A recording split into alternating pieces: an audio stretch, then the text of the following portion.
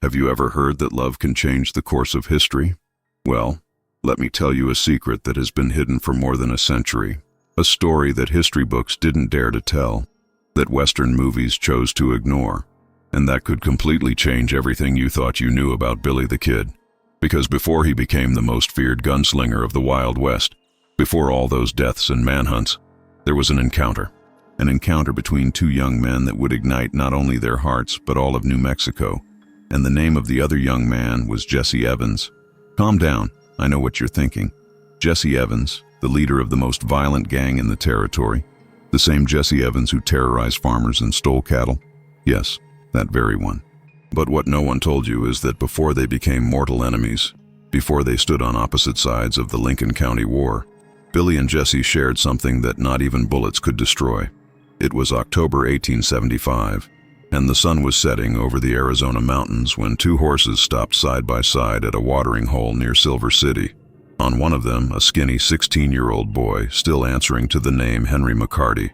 On the other, a 21-year-old with storm gray eyes and a smile that could melt iron. Jesse Evans. What happened at that encounter? Well, we have the account of a Mexican cowboy named Miguel Hernandez, who was hiding behind some rocks, fleeing from Apache Indians. Miguel swore on the Bible years later that he saw the two young men talking for hours. They laughed as if they had been childhood friends, Miguel said. The older one taught the younger one how to roll a cigarette. They shared a bottle of tequila, and when the moon rose, Miguel made a dramatic pause when telling this story to a priest in 1902. They didn't sleep in separate places, Father. Do you understand what I'm saying? But let's go back a little. Who was Jesse Evans before he became an outlaw? Born in Missouri in 1854, Jesse was the son of a respectable family that lost everything in the Civil War. His father died fighting for the Confederates, his mother succumbed to yellow fever, and Jesse, at only 11, found himself alone in the world, just like Billy.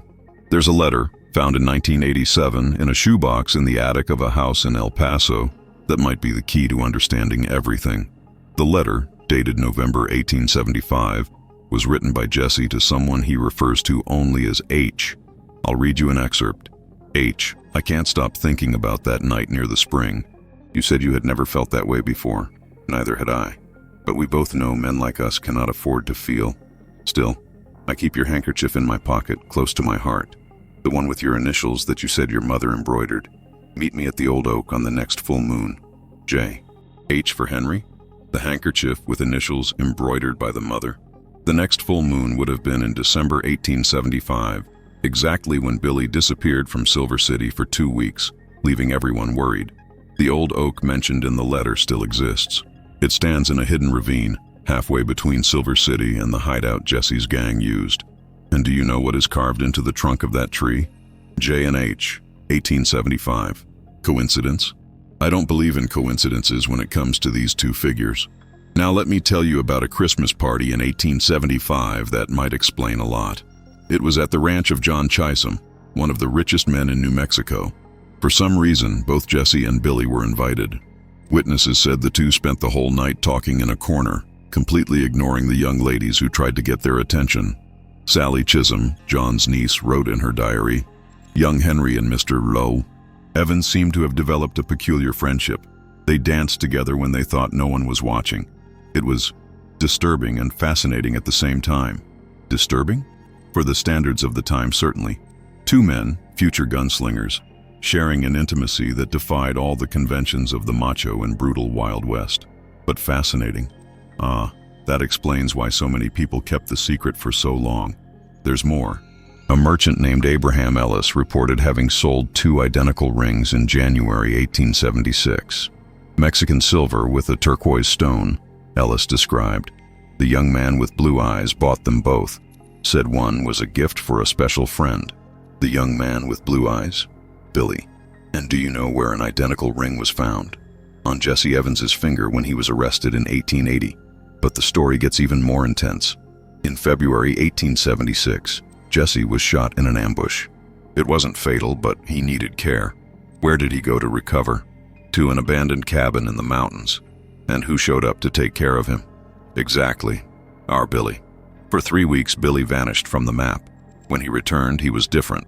Harder, colder, but also more skilled with weapons. Jesse had taught him all the tricks of the trade: how to disarm quickly, how to aim under pressure, how to read an opponent's movements before he even decided to shoot. A fur trapper named Jacques Moreau said he passed by the cabin during that time. "I saw two men inside. One was wounded, lying on an improvised bed. The other cared for him with a dedication I had only seen between husband and wife. He sang to him in Spanish. He changed his bandages with gentle hands. When the wounded man groaned in pain, the other held his hand." But why was this story never told? Simple. At the time, that kind of relationship wasn't just taboo. It was practically a death sentence. The Old West did not forgive what it considered deviations. Men were lynched for far less. And there was more. Jesse was already building his reputation as a gang leader. Billy was still trying to live honestly. They knew what they felt for each other was a ticking time bomb ready to explode. So they made a pact. They would separate, follow different paths. But fate had other plans. In March of 1877, they met again. This time, it wasn't planned. Billy had just killed Frank Cahill in Arizona and was on the run. Jesse was returning from a robbery in Texas. They crossed paths at a literal and metaphorical crossroads near the Mexican border. What happened at that meeting was witnessed by a group of Mexican traders who were camped nearby. Don Roberto Gutierrez told the story to his grandson, who wrote it in a memoir published in 1945. The two gringos stared at each other for a long time. "We thought they were going to shoot each other, but then the younger one got off his horse and walked to the other. They spoke in low voices. The older one seemed to be arguing, gesturing north. The younger one pointed south to Mexico. They argued for hours. When they finally parted, both were crying. Desert men don't cry, my grandson, unless they are losing something more valuable than life itself." Billy went north to New Mexico. Jesse continued his life of crime. But the letters continued. The letters. In 2001, during the renovation of an old post office in Mesilla, dozens of undelivered letters from the 1870s were found. Among them, several exchanged between J.E. and W.B., William Bonney, Billy's new name. One of them, from April 1877, is particularly revealing. "W, I heard you're working for that Englishman Tunstall. I'm glad you found something honest.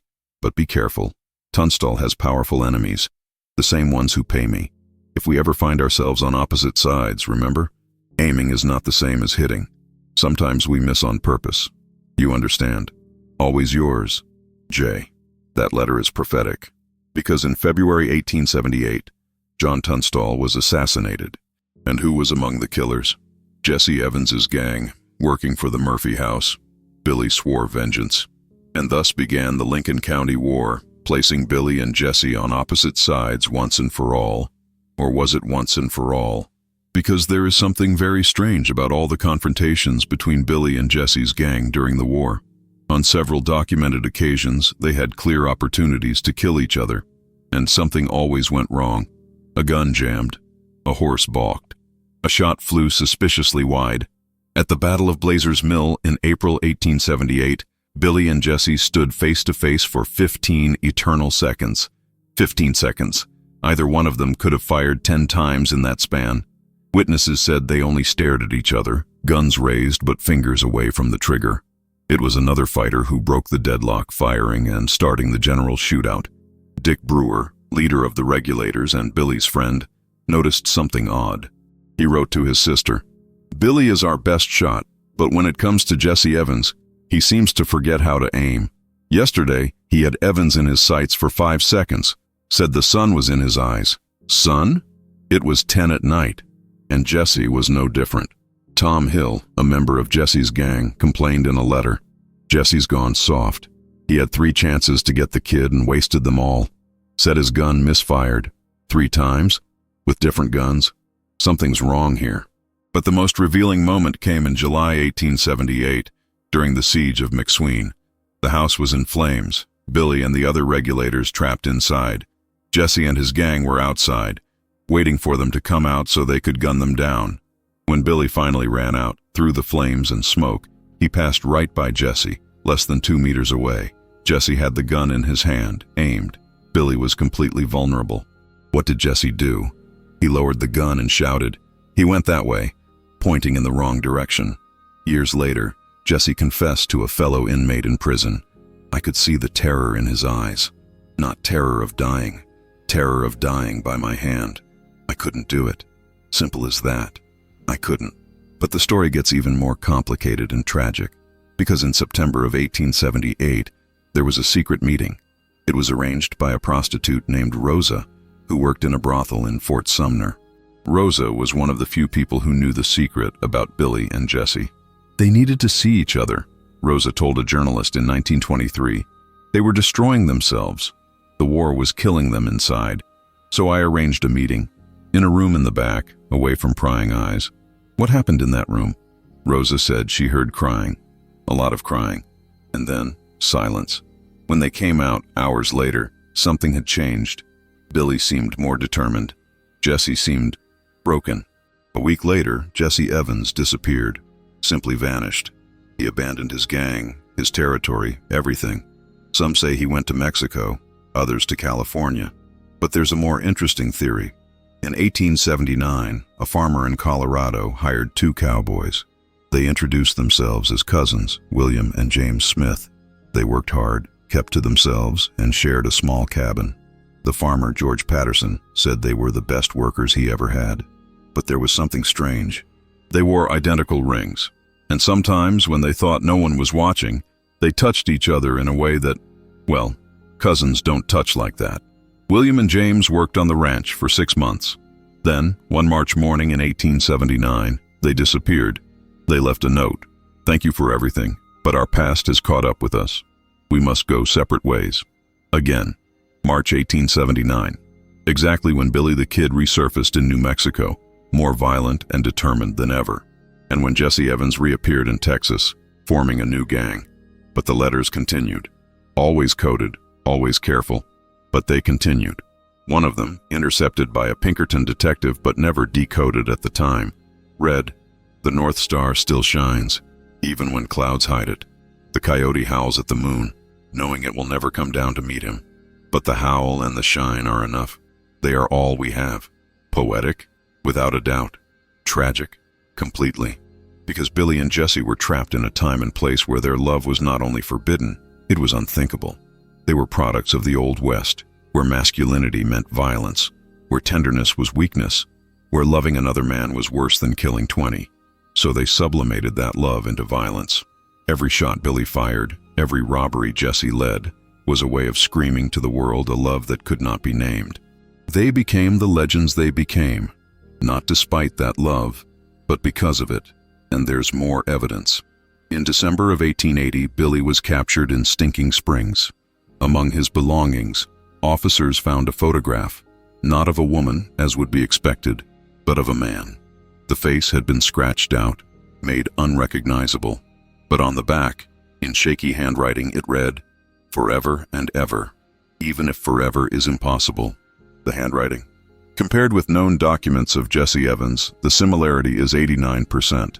Pat Garrett, the man who captured Billy and later killed him, did he know? There are signs that he did. In his book about Billy the Kid, Garrett makes a curious observation. Billy never showed real interest in women despite many being interested in him. His heart seemed permanently occupied by a ghost of the past. A ghost? Or a very real person Billy could not have. And here we come to the most controversial and painful part of this story. The death of Billy the Kid in July of 1881. The official version says Pat Garrett killed him in Pete Maxwell's room. Billy had entered unarmed, looking for something to eat. Garrett fired twice in the dark. But there is a witness who was never officially questioned. Deluvina Maxwell, a servant in the house, said years later that she saw something strange that night. There was another man there. He arrived on horseback an hour before Billy. He went up to the back room. When the shots were fired, he came running down, mounted his horse, and vanished into the night. He was crying as if the world had ended. The description Deluvina gave of this mysterious man: tall, light-eyed, scar on the chin. Jesse Evans had a scar on his chin, the result of a knife fight in 1876. Was Jesse there that night? Had he gone to say goodbye? To warn Billy about the ambush? Or, and this is the darkest theory, was Jesse involved in Billy's death?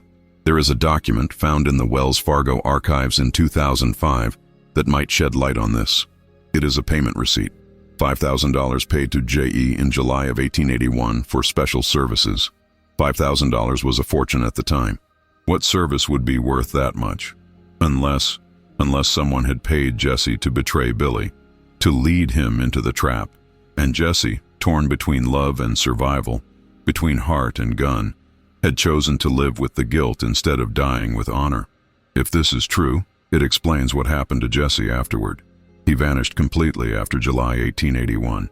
Some say he killed himself, others that he drank himself to death. But there is a story, told by a priest in Texas, about a man who showed up at his church in 1882.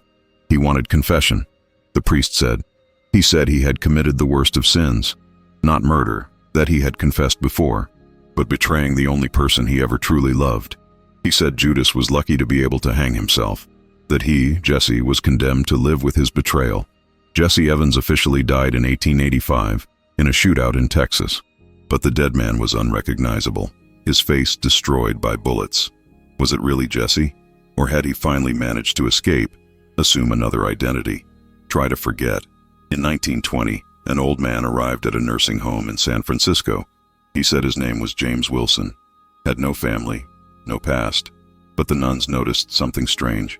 He talked in his sleep, always the same name, Billy, and always the same phrase, "Forgive me." When James Wilson died in 1923, among his few belongings they found a silver ring with a turquoise and an old photograph, so worn it was nearly falling apart. The photo of a smiling young man. The face was faded with time, but the eyes still shone. Was it Jesse? Had he lived all those years with the weight of guilt? Or was it just another old man with secrets and regrets? But perhaps the most extraordinary ending to this story happened in 1950. A man named John Miller was buried in Prescott, Arizona. For decades, he claimed to be Jesse Evans. Nobody believed him. But when they opened his safe after his death, they found letters, dozens of letters, all addressed to "My dear H" and never sent. One of them, dated July 14, 1931, exactly 50 years after Billy's death, read, "Today it's been 50 years, half a century carrying this weight. They said you died in my arms that night, that I held you as your blood stained the floor. Lie. I was hiding in the next room, too much of a coward to stop it, too much of a coward to die with you. But I died that night too, Billy. My body went on, but my soul stayed in that dark room in Fort Sumner, with you, always with you. Real or fantasy of a lonely old man, we will never know for sure. But what we do know is this. The relationship between Jesse Evans and Billy the Kid was far more complex than the history books tell. Was it a friendship? Certainly. Was it a partnership? That too. Was it love? The signs are all there. The secret meetings, the coded letters, the times they chose not to shoot each other, the despair after the separation, the possible final betrayal.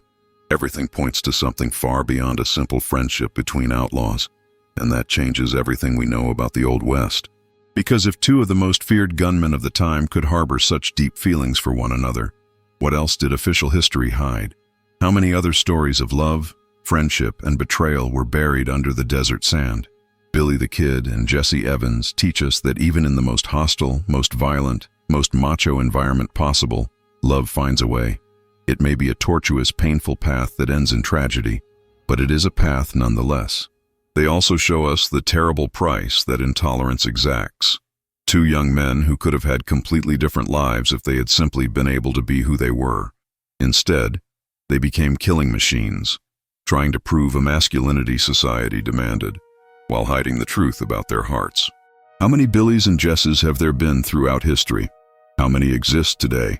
How many people live double lives, hiding who they really are, sublimating their true selves into violence, addictions, or simply an empty existence? The forbidden passion of Jesse Evans and Billy the Kid didn't just change their fate, it changed the fate of the Old West, because the intensity of that impossible relationship fueled the violence of the Lincoln County War. Every shot fired was a scream of frustration. Every robbery was an escape from the truth. Every confrontation was a macabre dance between two men who wanted to embrace but could only point guns at each other. And in the end, when Billy lay dead in that dark room in Fort Sumner, it wasn't just an outlaw who died.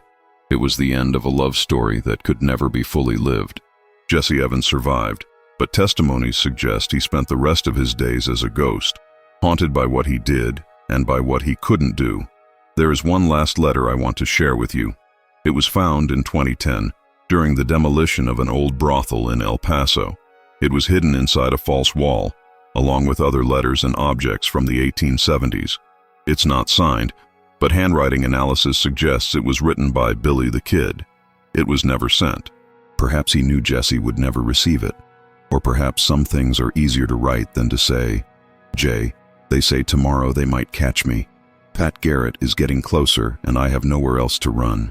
If this is my last night in this world, I want you to know. I regret nothing. Not the crimes, not the deaths, not the wrong choices. But above all, I don't regret you. You were the only ray of sunshine in a perpetually cloudy sky. If there is something after this life, I hope it's a place where we can finally be free, where two men can love each other without fear, where Jesse and Billy can just be us. Until then, or until never, you know I am yours. I always was. I always will be. Even if history paints us as enemies, you and I know the truth. And the truth, my love, is the only thing they cannot take from us. That letter never reached its recipient, but in a way, it reached us. And now, more than 140 years later, we can finally tell the full story. The story of two young men who loved each other in a time when that love was impossible, who turned that impossibility into legendary violence, who died, one literally, the other metaphorically, because society had no place for them. Jesse Evans and Billy the Kid, outlaws, gunslingers, killers, and above all, two men in love trying to survive in a world that forced them to choose between living a lie or dying for the truth. They chose something in between. They lived half-truths and died half-deaths. But their love, that forbidden love that shaped the destiny of the Old West, survived. In the hidden letters, in the bullets not fired, in the glances exchanged amidst chaos, in the silver rings with turquoise, in the tears of men who could not cry. And it survives today, every time we tell their story. Not the official, sanitized, heteronormative story, but the real story. The story of Jesse and Billy. The story of a love that defied everything and everyone, and that even in losing, somehow won. Because here we are telling their story, remembering them not as history books want, but as they really were. Two young men in love, in the wrong place, at the wrong time, but with the right feelings. And that, my friends, is the true legacy of Jesse Evans and Billy the Kid. Not the violence, not the deaths, not the infamy, but the proof that love always finds a way, even if it's a way through hell. And that's why this story needed to be told. Because somewhere, right now, there is a modern Jesse and Billy, fighting against the same prejudices, the same impossibilities. And they need to know they are not alone, that their struggle has history, that their love has precedent, and that in the end, love is always worth it, even when it seems impossible, especially when it seems impossible. If you made it this far, it's because this story stirred something inside you, just as it stirred me when I discovered these hidden secrets. So subscribe to the channel right now, because I have many more stories like this to share. Stories that will change everything you think you know about the past. Turn on the bell so you don't miss any video and tell me in the comments, do you think Jesse was there the night Billy died? And more importantly, do you believe their love changed the course of Old West history? I'll see you in the next video, where I'll reveal another historical secret that will leave you completely speechless.